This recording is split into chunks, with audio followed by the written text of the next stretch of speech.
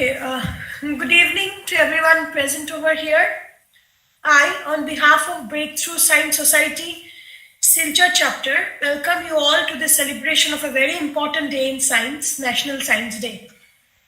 I hope you all are well acquainted with the history behind this day, yet, as we all know, 28th February every year is celebrated to mark the discovery of Raman effect by Indian Nobel laureate Sir C.V. Raman. Like the previous year, Breakthrough Science Society Silchar chapter, this year too has come up with this webinar to commemorate this day in order to cultivate scientific and logical thinking in common masses. Breakthrough Science Society Silchar chapter, which is a part of Breakthrough Science Society India, started its journey with the same objective of All India Breakthrough Science Society by organizing quotation exhibition on 28th February 2021 as their first venture. We have conducted 4 successful programs in the previous year. We hope to continue doing so with all of your cooperation in near future. On this day, we have a very special person with us, Professor Amitabh Datta sir, who is here to enlighten all of us on the topic of our education system and scientific temper. I express my heartfelt gratitude to us, sir, for taking all these painstaking effort and finding his time for this, for sharing all his ideas with us. So, before I proceed with his deliberation, I shall just read out his brief profile.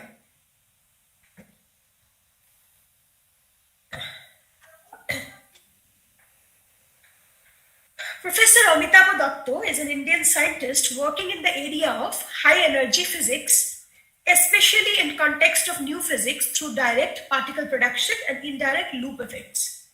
He obtained his bachelor's degree in science in the year 1969 from the Scottish Church College under the University of Calcutta and master's and PhD degrees in physics from Vishwa Bharati in 1971 and 1977 respectively. He joined Jadavpur University as a lecturer in 1981 and was subsequently promoted to professor in 1998. In 2008, he moved to the Indian Institute of Science Education and Research, Kolkata, as a professor. He held visiting positions at Fermilab, CERN, and different research institutes of India. He first performed complete calculation of the amplitude of DO-DO mixing and the analysis of the consequence of BO-BO mixing immediately after its discovery. He also derived new bounds on masses and couplings of gauge bosons, exotic fermions, and supersymmetric particles using the data from the Large Electron-Positron Collider at CERN and the Tevatron Collider at Fermilab. Professor Datta is a fellow of the Indian National Science Academy, which cited him for significant contribution to high-energy physics. The citation outlined his research interest and added Professor Datta as has played a major role in the development of HEP in the country and organized several conferences. Professor Datta has also co-edited several books and proceedings, such as Particle Phenomenology in the 90s, Highlights of Particle Phenomenology, and CP Violation. Professor Datta held Alexander von Humboldt fellowships at the Institute for Physics, University of Dortmund, Germany, and many others. So without wasting much of our sir's time, we'll be very glad that Professor Datta speaks to all of us on this particular topic of our education system and scientific temper. Welcome, sir, and I request you to proceed with your deliberation. Professor Thank you. Datta. Can everybody hear me all right? Yes, sir, you are audible. Okay. So let me first express my greetings to the members of the Breakthrough Science Society Silchar chapter and all members of my audience on this important Science Day, which is performed every year on the 28th of February to commemorate the discovery of Raman effect. Now, the topic that I have chosen is very important. Well, if I give just one instance, it will become clear to you that it is one of the fundamental duties of every Indian to promote scientific temper, and this is a constitutional duty. It is enshrined in the Constitution that the duty of every Indian citizen will be to promote, among many other things, scientific temper.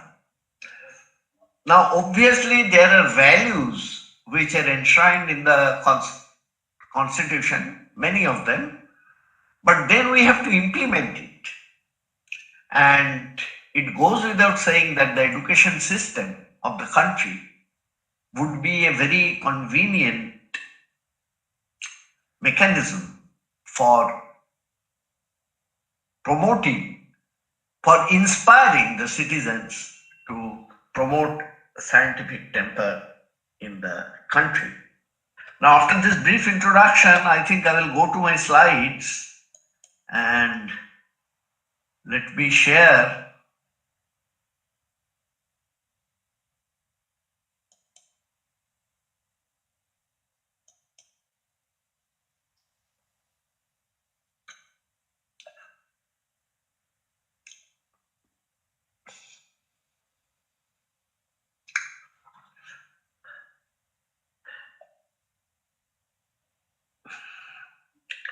Can you see the slides? Not yet, sir, but hopefully we'll be able to see.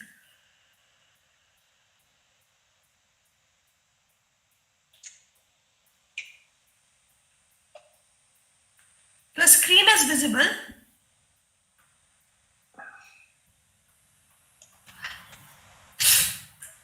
Yes, sir, it's visible. Thank you so much. So, Thank you.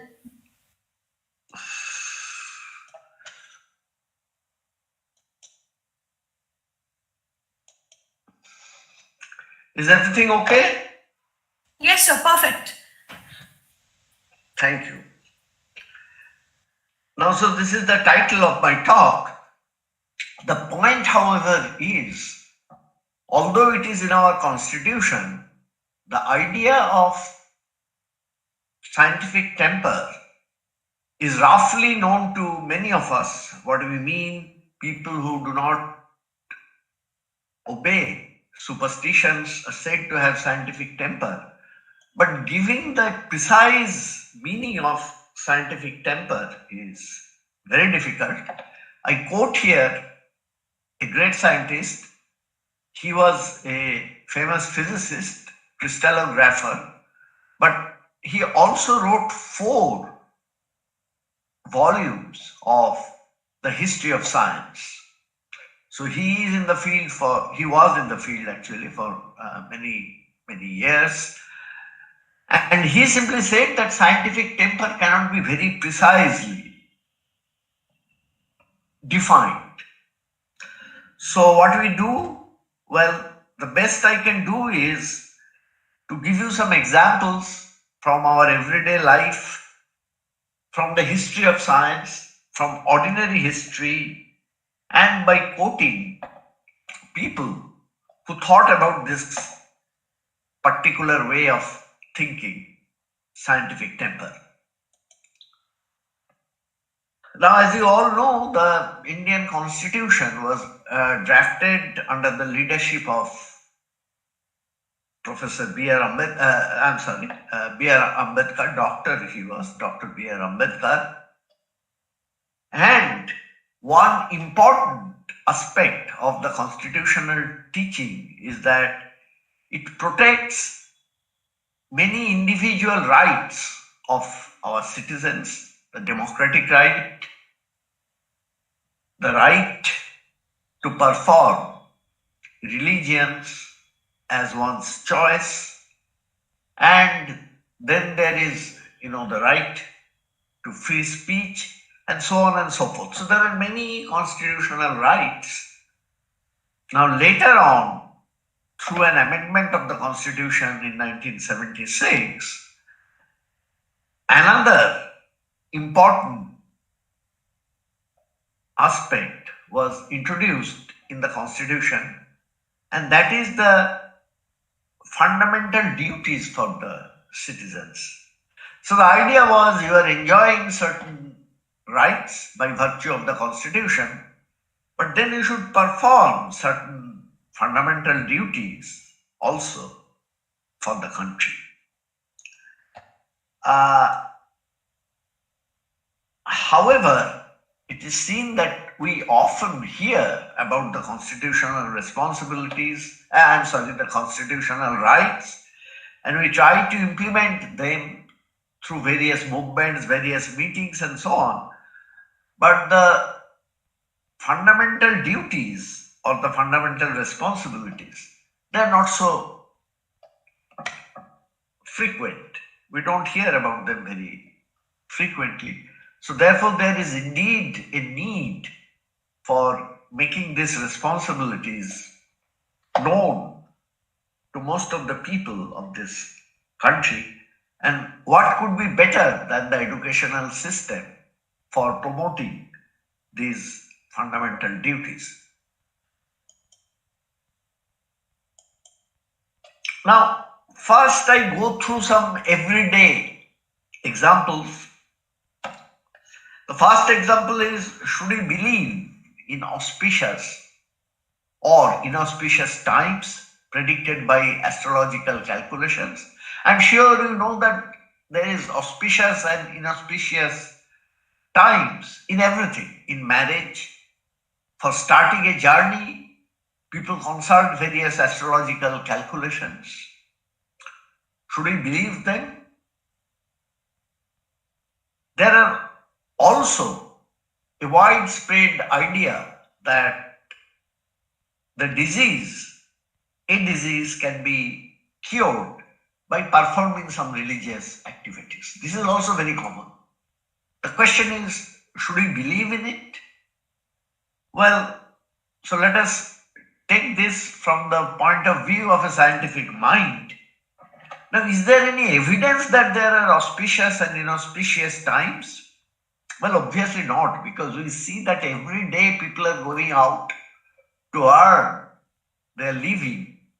Every day, maybe some people still think about auspicious time. But do we see many accidents because they came out? Second thing is regarding the pujas. We often hear that, you see, some people got some magic medicine from a temple and it cured his or her disease. But again, we don't see many evidence. We hear about many things, but we don't see many evidences. And we say that a scientifically tempered man only believes in things which are based on evidence. This is one aspect of scientific temper. And second thing is, in the examples I cited, there is no causal connection. Suppose you get out from your house at some point, and then on the way you suffer some accident because some drunk man, let us say, was driving. Now, is there any relation between your getting out at a particular time and the drunk man running over you? There's absolutely no connection, because these two are independent events. So we say that most of these superstitions or unscientific things do not exhibit any causal connection, the effect and its cause in such matters. And therefore we don't believe them. However, we have to realize that these things are playing not only in the lives of common individuals, but in the country. You see, and therefore we should try to think more about them and expose them. For example, so far as astrological calculations go, you know that now the education system is promoting astrology. Indira Gandhi National University, they opened a course for learning astrology. So far as performing pujas go, it is, very recently when the second wave of COVID was playing havoc in the country, a Kumbh Mela was organized, and an important chief minister of a particular state was inviting people to the Kumbh Mela because people were afraid because of the COVID contamination. But this gentleman invited people saying that faith in God is stronger than COVID. Now, this is totally unscientific statement because we know that COVID is cured only by vaccines. This virus can kill, this vaccine can kill the viruses. But what faith in God? You said faith in God is a very important thing. You have freedom of religion, but we should never mix things which are in the arena of science with faith in God. In the case of disease, you have to follow the dictum of science. Now let me give you a famous example which will tell you that doing puja has nothing to do with curing. And this is Lalan Fakir. I'm sure many of you have heard about it. A 19th century folk singer in undivided Bengal. And Lalan was going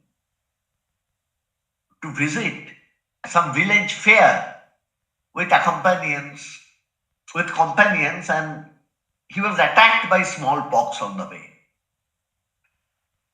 Now the companions realized that he will not survive for long. So in those days there was a custom that if it is apparent that somebody is going to die but not yet dead, just put his body on a raft made of banana plants and float it on the river. The same thing was done. But Lalan revived, and in fact, although he was born in a Hindu family, he was rescued by a Muslim family, and then they adopted him because his own people thought that he was dead, and no puja was performed by him. So how was he cured?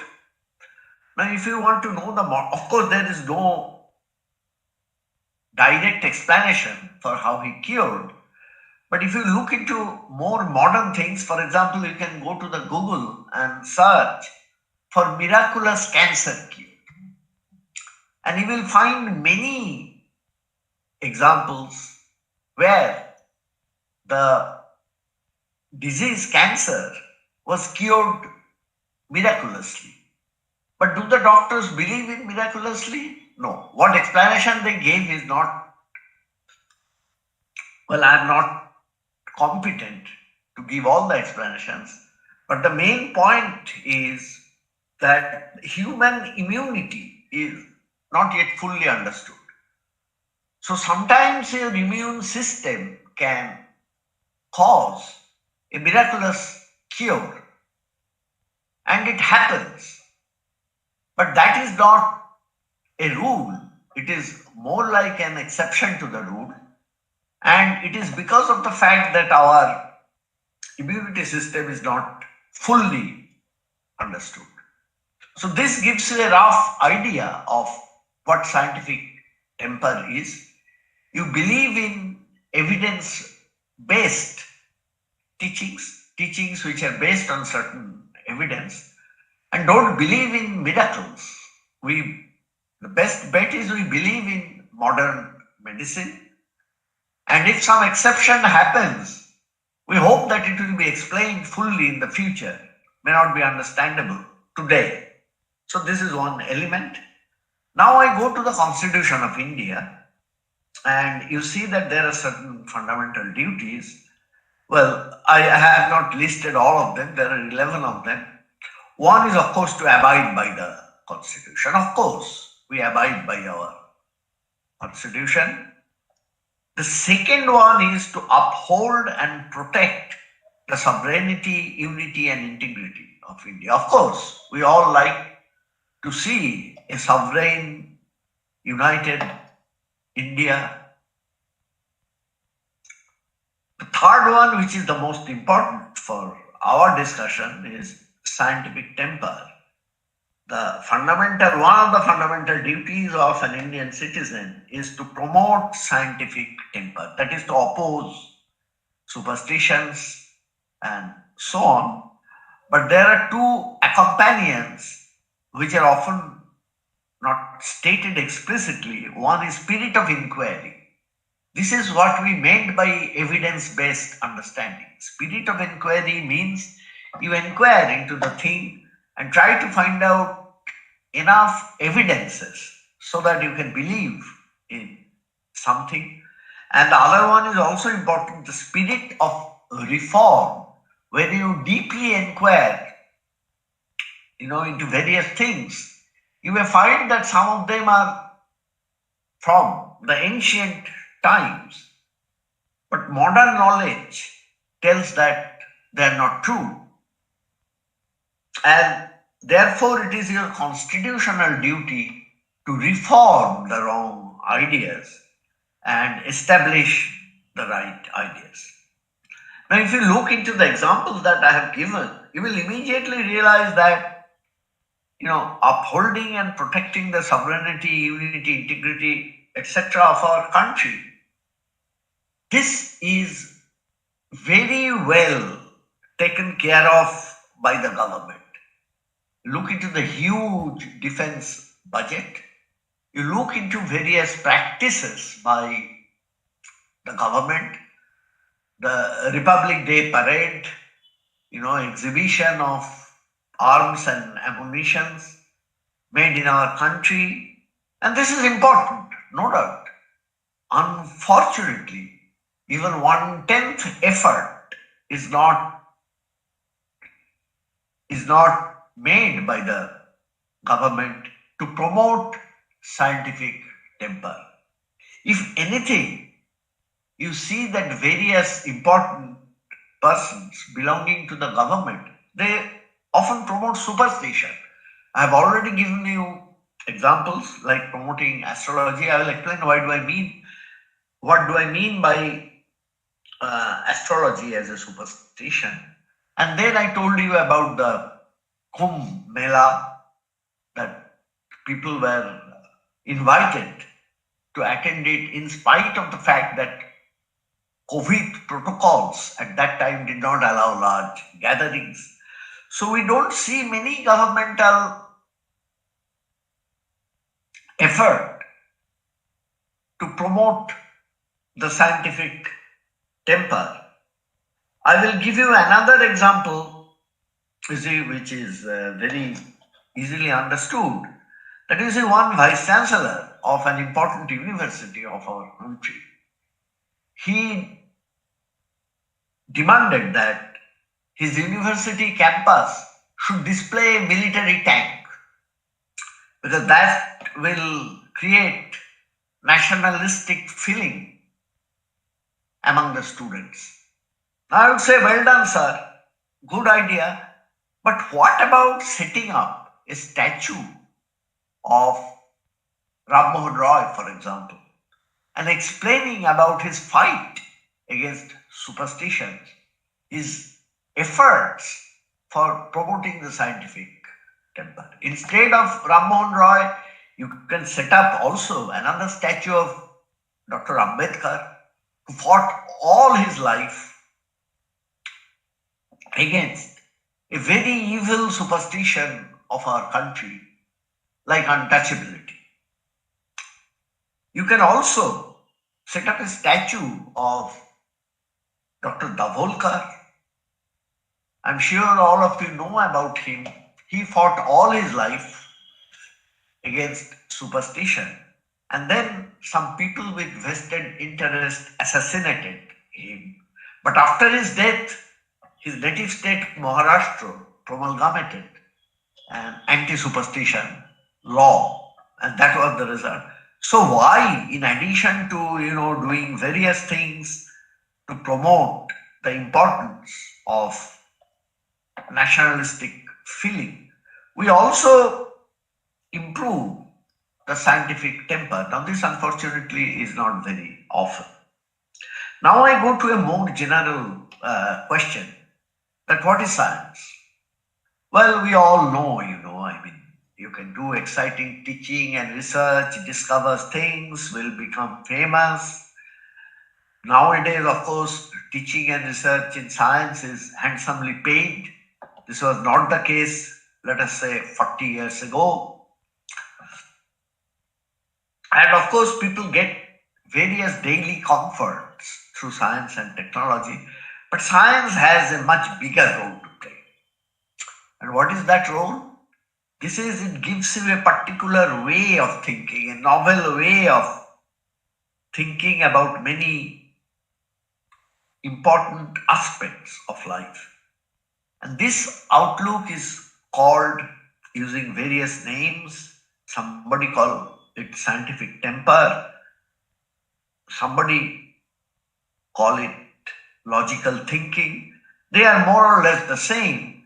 And this we learn if we look into science systematically as a process which develops our thinking. So let us go to a very simple example. We all know that fruits fall from the tree. Not only human beings, but also animals. They know it. That is why wild animals, they move under the tree which bears fruits for food. Now, this is the first step. Of course, falling of the fruits is a law of nature. But we call this whole process observation in scientific terms. We observe something. But the next important question is, why does a fruit fall? Now, this is the spirit of inquiry which is enshrined in the Constitution. It's asking this question, that why do they fall? And once you have this question, then immediately you ask this question with enough sincerity, then you will immediately be engaged in a complicated process of research. By research, I not only mean researches in the laboratory. A common man can observe something interesting, and then, like a scientist, he can do his own research. He can ask his friends, he can read the newspapers, various materials, and try to understand the thing. This is a result of the spirit of inquiry. And of course, I'm sure almost all of you know that in this case, the result of the inquiry was the discovery of Newtonian gravity. Newton explained that the fruits fall because of the attraction of the earth, and this attraction is not particular in the case of earth and a falling body. It is there all over the universe. And this, for example, determines the motion of the planets around the sun. So the law of gravitation is universal. Another important thing is repeated experiments on Newtonian gravity. Many people have performed a large number of experiments to verify the validity of Newtonian gravity, and everybody supported the Newtonian gravity. Now, this is another aspect of scientific temper, and it is the reproducibility. Now, if you talk about puja again, you will find that the results are not reproducible. Many people go to the same temple to perform puja, and maybe nobody is cured, or maybe one or two persons get cured, which could as well be the result of special immunity in his body. So that kind of performance is not reproducible. But anything of which we have scientific understanding are reproducible. And then the most important thing, you see, the discovery of the Newtonian gravity, they discarded a wrong theory, the so-called Ptolemaic model of the solar system. The Earth sits at the center of the solar system and all the planets are moving in circular orbits, but then it didn't work, it didn't match with observational data. So therefore it was assumed that they are not just moving in a circle, they have more complicated motions in the so-called epicycles, but I don't want to go into all those details. But the point is, here we see the reform of a scientific discovery, reform following scientific thinking and scientific observation. And this, as I have already pointed out to you, is there in the Constitution. You should have the spirit of reform. If old knowledge is found to be not agreeing with modern observations, then you should reform the old knowledge. This is one of our constitutional duties.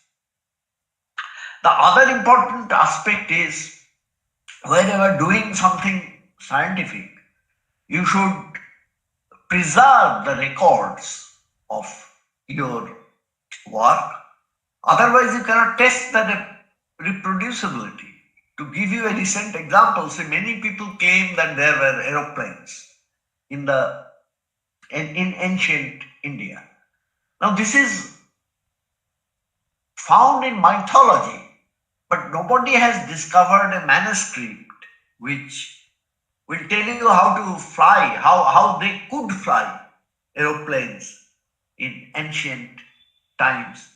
So it is not reproducible. Today we cannot reproduce flying a machine following ancient method. So we should dismiss it using our spirit of reform. We should dismiss it as some folklore based on mythology. It has no scientific basis. Now, was there any scientific analysis in the ancient India? Of course it was.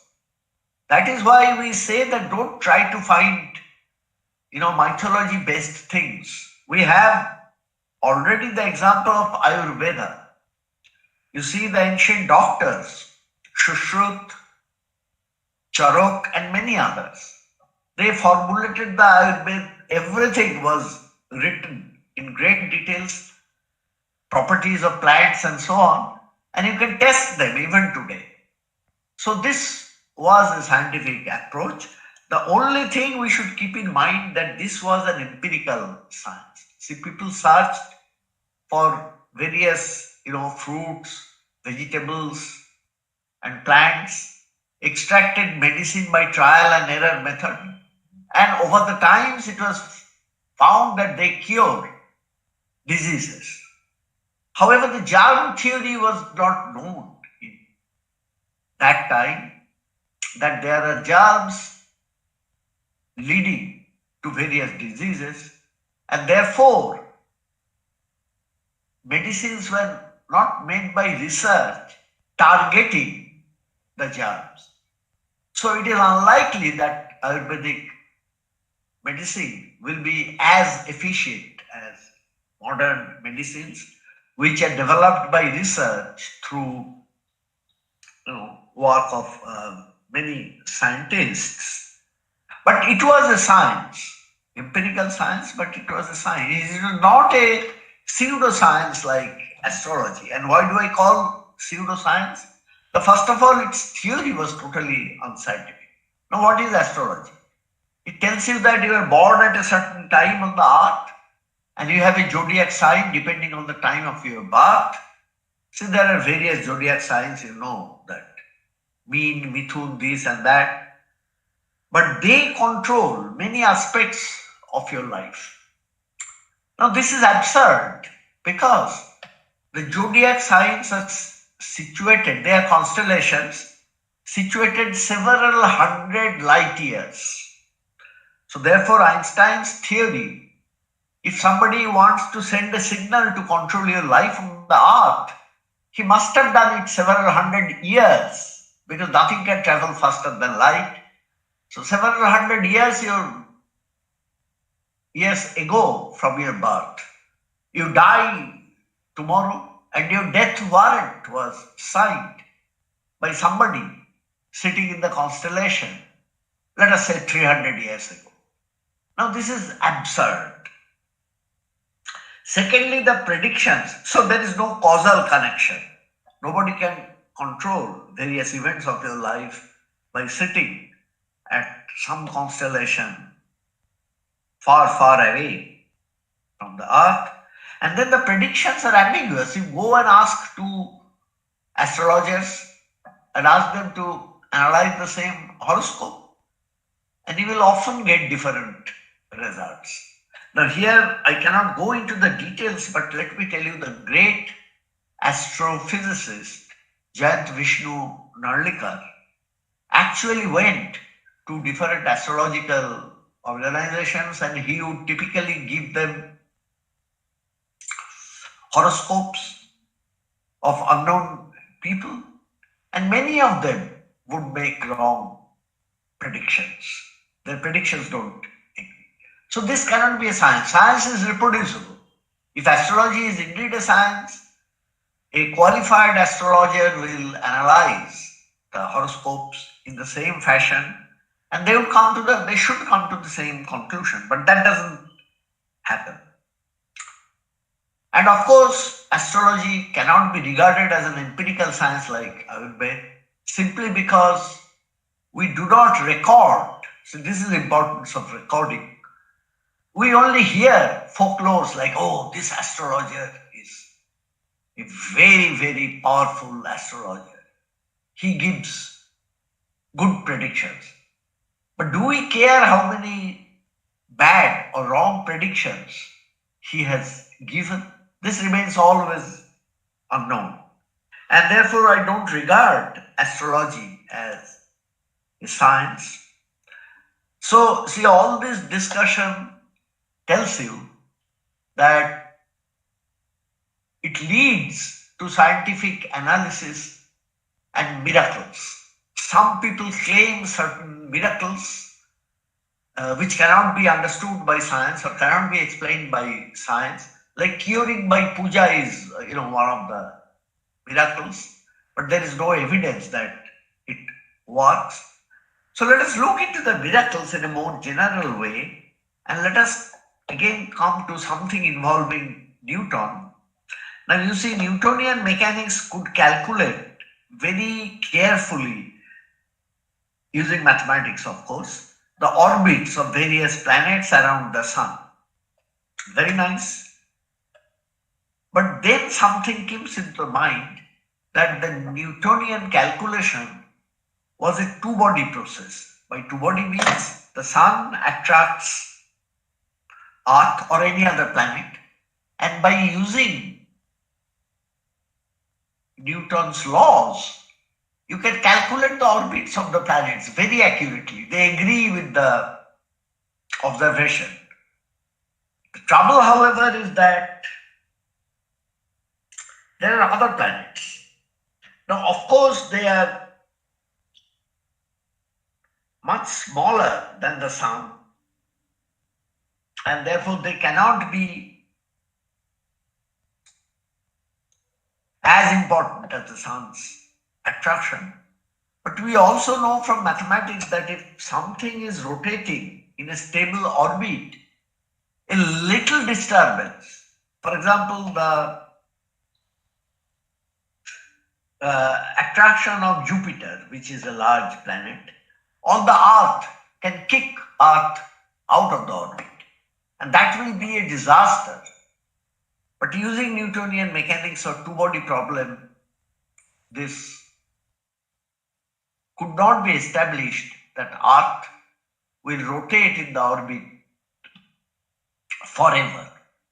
This cannot be done. Even Newton, the great Newton, who is one of the most important person in the history of science, he eventually came to the conclusion that there must be some supernatural power.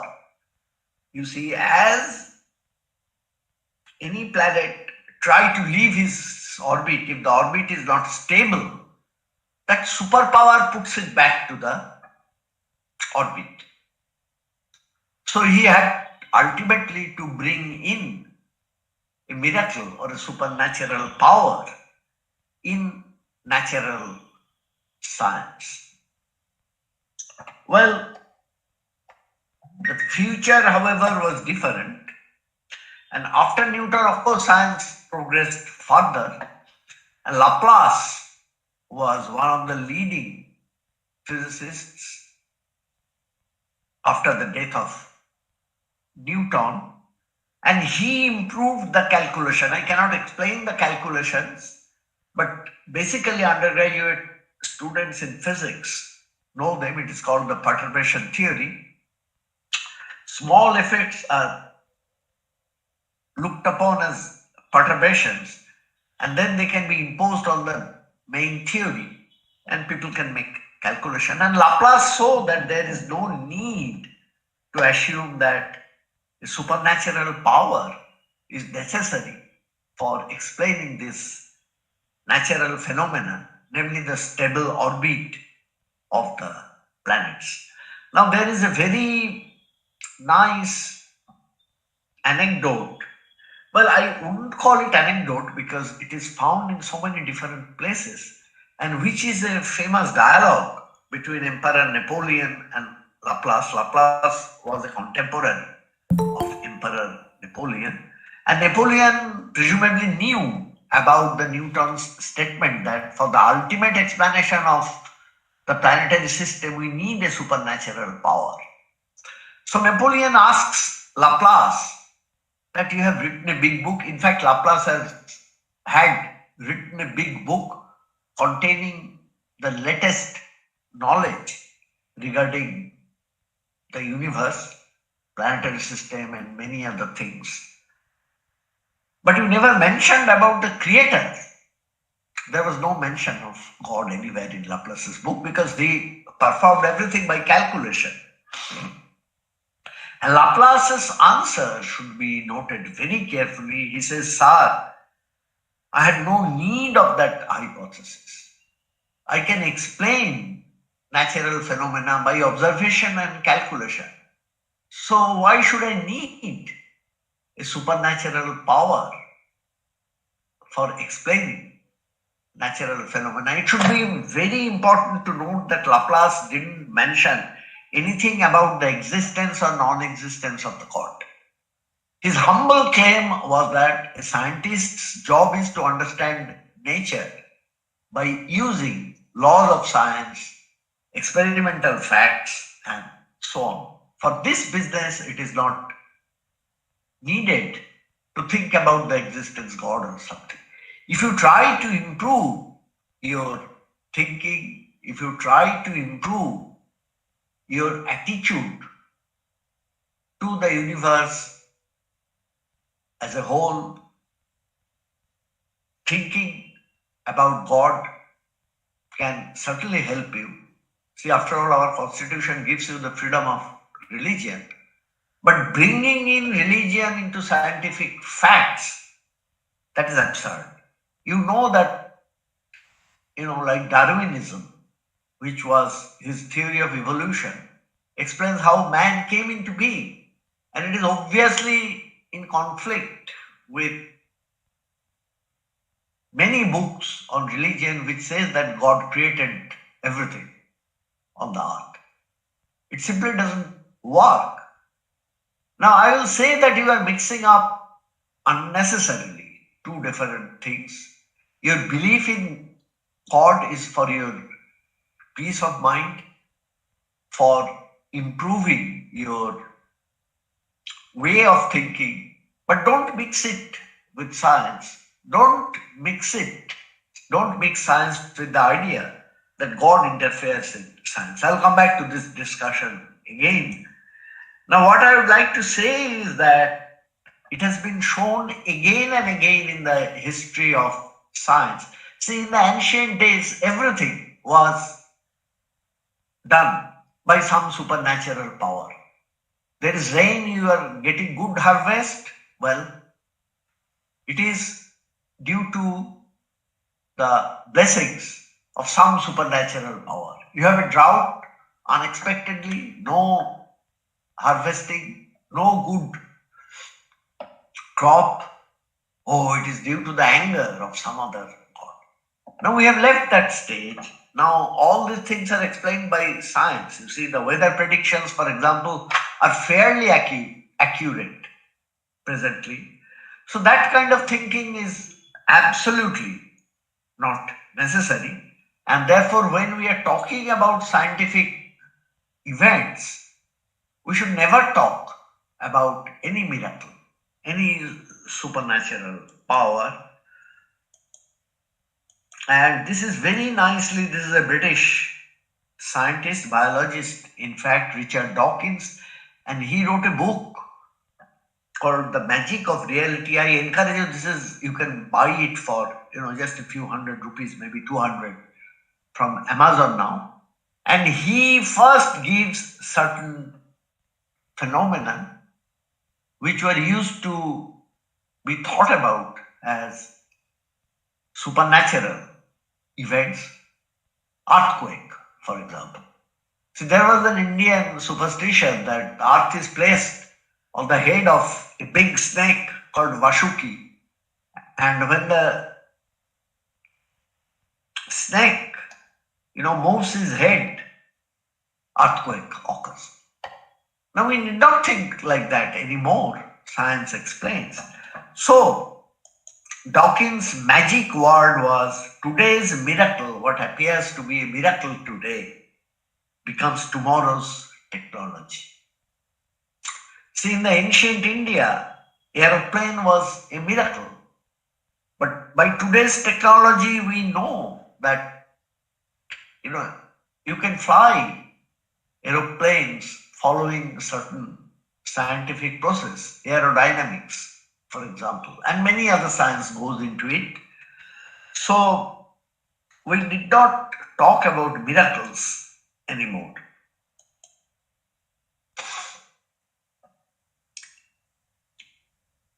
Now, see, questions come. These scientific methods, are they applicable only in science teaching and research? The answer is certainly no, because I have already told you that in everyday life, in understanding certain aspects of everyday life, you need to apply scientific methods. For example, you just think of history. You cannot call an event historical without evidence. Clearly, we believe in Mohenjo-daro and Harappa because there are archaeological evidences. Somebody made excavations and we found things like this, also ruins of old houses made of brick and so on and so forth. And this is evidence, and we believe in the existence of Mohenjo-daro and Harappa.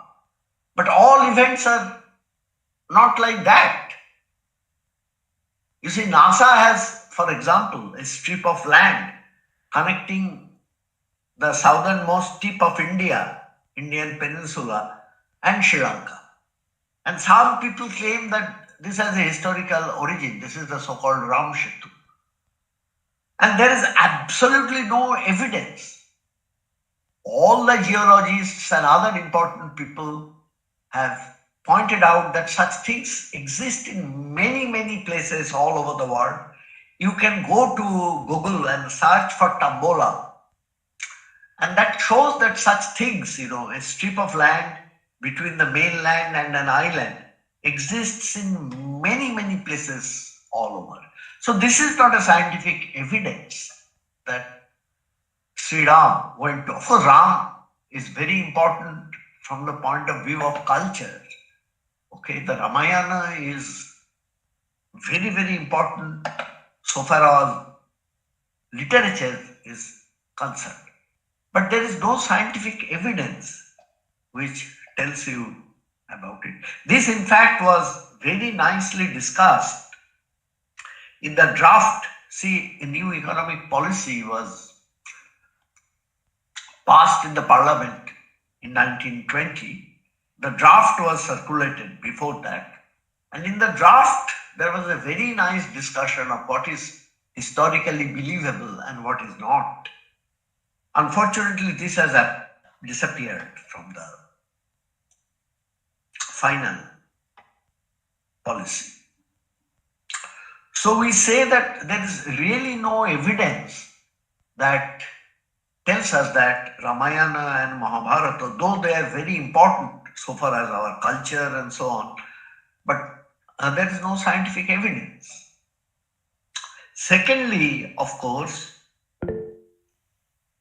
as I told you again, truth must be unique.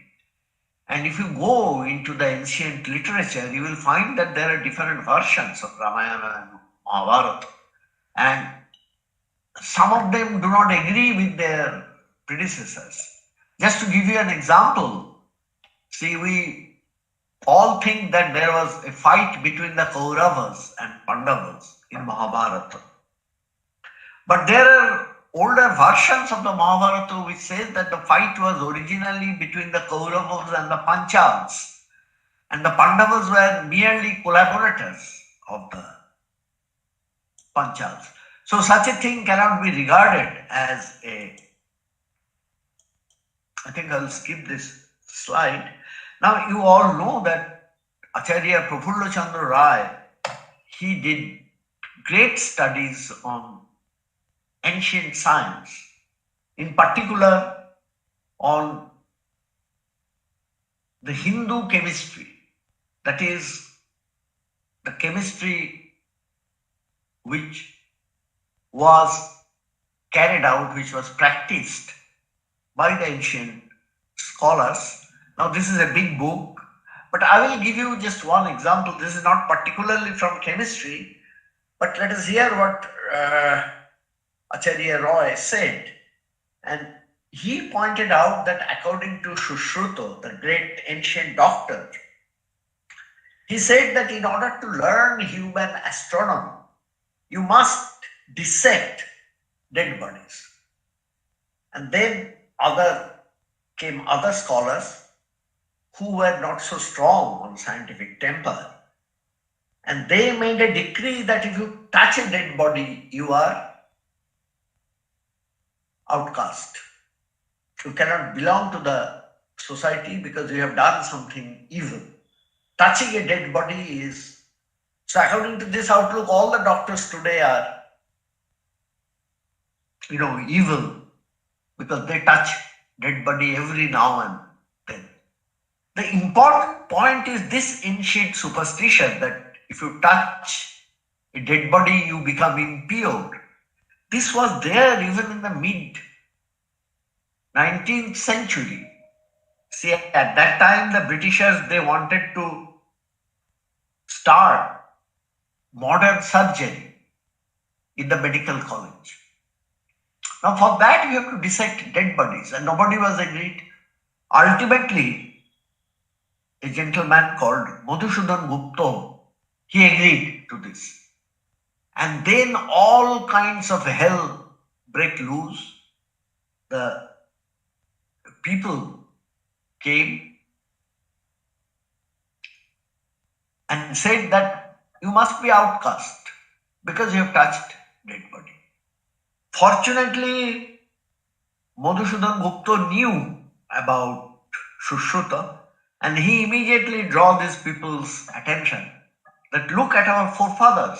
Sushruta was a great doctor, and he says that dissecting a dead body is important in order to be a doctor. And then he was spared, otherwise he would have been outcast. Now I come to the most important part of my lecture, and that is the relation between. So does it imply that everybody with scientific temper should speak against religion? Well, at least Einstein didn't think so. He said that the job of the science is to understand nature, what is happening. But science can never tell you that what should be the goal of our life. Just to give you an example, a scientist can carry out nuclear fissions. But what you do with the results of nuclear fission, the energy released due to nuclear fission, science cannot give you any guideline, in fact. So Einstein thought that religion helps there because this is an ethical issue, this is a moral issue, whether we should create something which can destroy the whole earth. So probably we should restrict to the peaceful applications of nuclear energy. And Einstein thought that religion can help in this kind of thinking. But of course, he never said that this is the only way of acting ethically or morally. Religion could be one way, but that is not the only way. You can have, thanks to education, thanks to the mentality of people surrounding you, the prevalent values in the society, you can also behave ethically. Now here I give an example of this. This of course happened before Einstein. And we have to talk a little bit about Huxley, who was a big scientist in the pre-Einstein era. And he was a scientist. In fact, he discovered that all the birds we see had a common origin, some little dinosaurs in the prehistoric era. That is how so he was a famous scientist, but he was also known as Darwin's bulldog. And the reason is, see, you must have heard that in those days, Church didn't believe in Darwin's theory of evolution because they thought that it contradicts the Bible. There were other people who also thought that Darwin's teaching is against religion. And Huxley was much better than Darwin in fighting the churches. So there were public debates, and instead of Darwin himself, Huxley attended those meetings and giving scientific arguments, he tore apart the enemies of Darwin's, those who didn't believe in Darwin's theory. That is why he was called. But Huxley, at some point of his life, was a member of the London School Board, which used to formulate the curriculum for the school students. And the question was raised that whether Bible should be taught in schools. And Huxley immediately said that it should be taught. Why? It has very similar way of thinking like Einstein. And he said that Bible has significant moral teachings. It improves your ethical and moral thinking and superb language. Now I cannot comment on this, but many people think that the language of the Bible is excellent. So he said that it should be taught. However, he said one important point, that he first agreed that I do not advocate burning your ship to get rid of the cockroaches. Yes, there are some bad points of religion like cockroaches in a ship, but for that, I do not recommend the burning of the ship. He said that you have to edit a little bit so that you do not teach the school kids things which are not scientific. There are also some things which are not moral in Bible and many other books on religion. I can tell you a very important example from our Bhagavad Gita. See, there is a sloka in the Gita which says that if you carry out a yajna, you know that in ancient India people used to carry out yajnas to beg something from the supernatural powers, from the gods. And he says that if you, the Gita says in this shloka that if you perform a yajna, it will create smoke. And smoke will convert into clouds. And the cloud will give rain to the earth. Now, obviously, today we understand that this is totally wrong. The cloud has nothing to do with yajnas. So, we don't want to teach that to our students. But on the other hand, Gita has several very high moral teachings. For example, the karma yoga, that you should work but not for selfish personal reasons. And you also know that there were freedom fighters who were really inspired by Gita. They were inspired by the fact that they should work for the freedom of the motherland without caring about personal gains. So Gita inspired great people also. But then, of course, you cannot accept the wrong teachings of Gita. So what you do is you take the ideas which are morally good, morally beneficial, but then you do not really take everything which are not in agreement with modern science and modern thinking. Now I will skip this. I have already told about it in the next thing, that we should not ask for selfish gains from a supernatural power. But then I come to the great debate between two great sons of our country, and which took place in 1934, and when there was a big earthquake in Bihar which killed about 30,000 people. And that led to a debate between Rabindranath and Gandhi. And Gandhi's view was,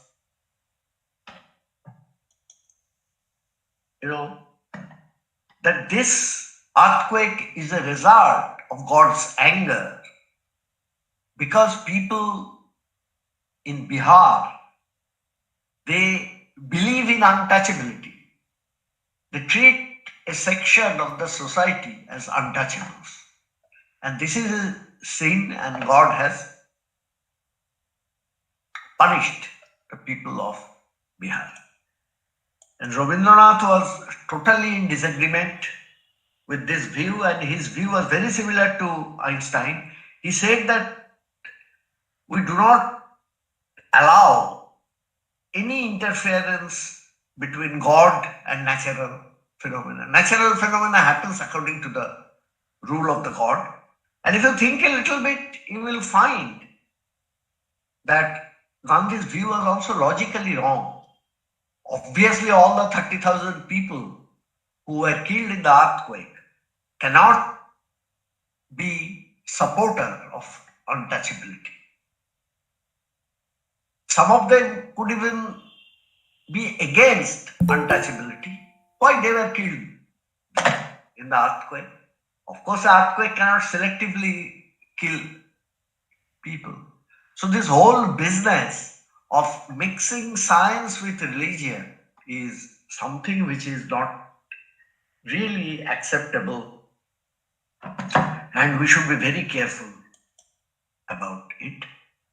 So now I come to the conclusion of my talk, actually. That is, whenever a doubt arises in any sphere of life,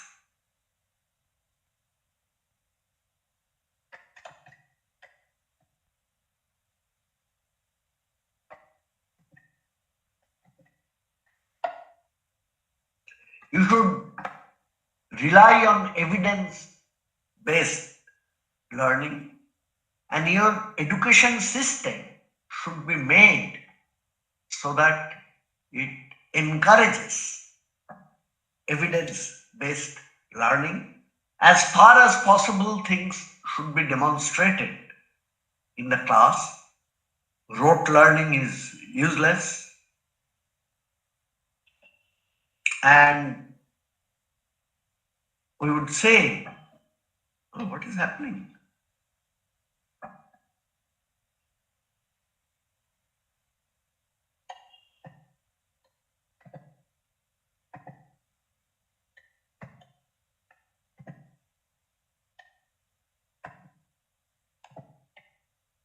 I'm sorry, there's something wrong, but I don't think I need slides anymore.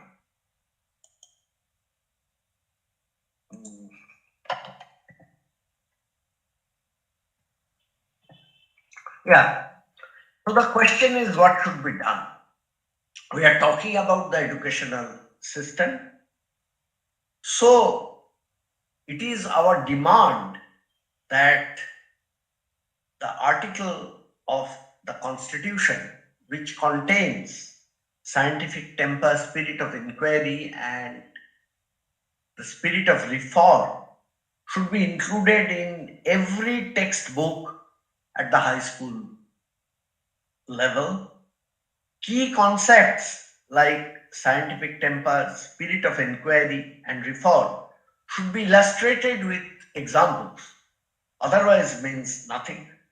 Now, if you don't do such things, then scientific temper will remain in the Constitution as a symbolic presence. It will never improve the thinking of common people. So therefore, activists like members of Breakthrough Society and many other organizations which promote scientific temper should act in this direction. Demands should be placed before the government that, see, this is not something ordinary. This is an article in our Constitution, and it should be included in the textbooks at the high school level so that people understand what scientific temper really means. With this, I say thank you to all of you and end my discourse. I will be very happy to answer questions and answers. So thank you so much, sir, for this wonderful deliberation of yours. I'm sure all of us are enlightened by his talk. If you have any questions and all, you can kindly ask that in the chat box. We'll forward it to sir. One reminder for all the participants, you have to fill up the feedback form so as to get the e-certificates as promised in the poster. So the feedback form or the link for the feedback form will be only given in the Google Meet chat box, not on other platforms like Facebook and YouTube. So all the participants who have joined through Google Meet are only going to get the certificate if and only if they fill up the feedback form. So it's a request to all the participants, kindly fill up the feedback form, which will be given within a short while in the Google Meet chat box. And if you have any questions, you can kindly ask sir. We are very grateful to Professor Amitabh Datta for giving his valuable time to all of us and enlightening us with a very important aspect which will be helping all of us in our near future. Any questions, you can please ask in the chat box. In the meantime, let me thank from my part Breakthrough Science Society, Silchar chapter, for organizing this very important webinar which deals with something which is very important, especially in view of the rampant superstitions which are prevalent in our country. Thank you again.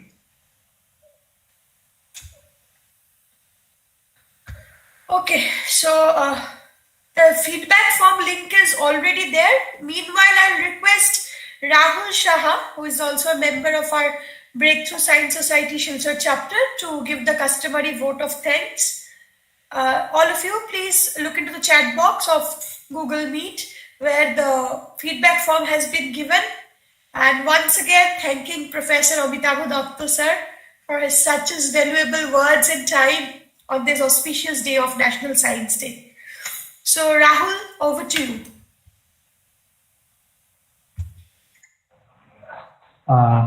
Thank you, Anandadi. I, Rahul Shah, on behalf of Breakthrough Science Society Silchar chapter, would like to thank the speaker, Dr. Amitabh Datta sir, for responding to our call and giving us his valuable time. It was a great exposure to the participants, and we all are pleasure to have sir with us today for the webinar. I would also like to thank Ms. Ananya Datta for carrying out today's webinar as the moderator. Lastly, but not the least, I would like to thank all our participants along with our viewers from YouTube and Facebook from the core of my heart. It is because of all your active participation that this webinar has been a successful one. We would like to organize similar programs in the future and would expect similar support and participation from your end as well. Let us all step forward to make our society scientifically literate by fostering scientific values and scientific temper. With this, we come to the end of today's program. So once again, thank you everyone. Take care. Have a great time.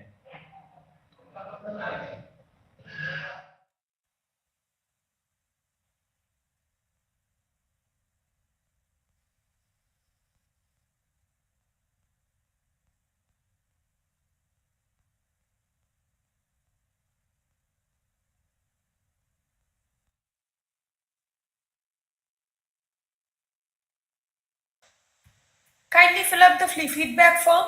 It's already there in the chat box.